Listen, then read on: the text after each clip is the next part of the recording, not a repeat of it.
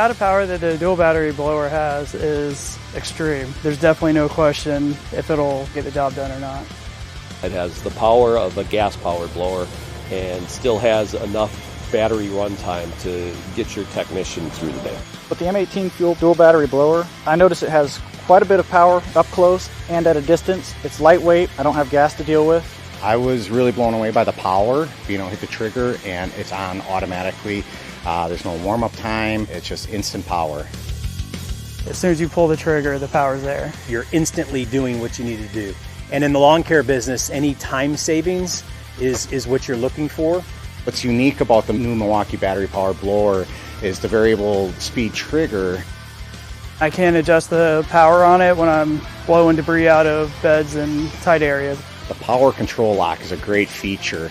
It really helps with just basically having a cruise control on your blower. I would absolutely recommend the new Milwaukee dual battery blower. It's efficient, it's durable, the noise is half of that of a gas-powered blower. It gives an A+. It's the only blower you're really going to need. This thing really has some power. It's really impressive.